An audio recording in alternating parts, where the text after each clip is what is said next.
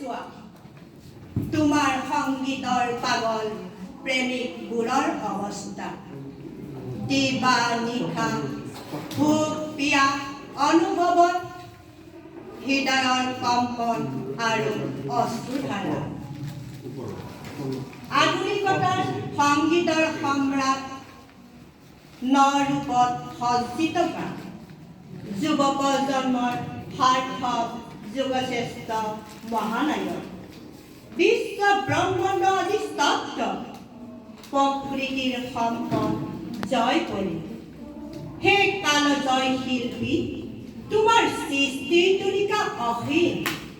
সংগীত নাটক অভিনয় বাদ্যযন্ত্ৰৰ জংকাৰণ মানৱতাৰ প্ৰবাহ পুৰুষ, আশা প্ৰত্যাখ্যা মৰম স্নেহৰ তুমি অনন্য মহান মনীষী।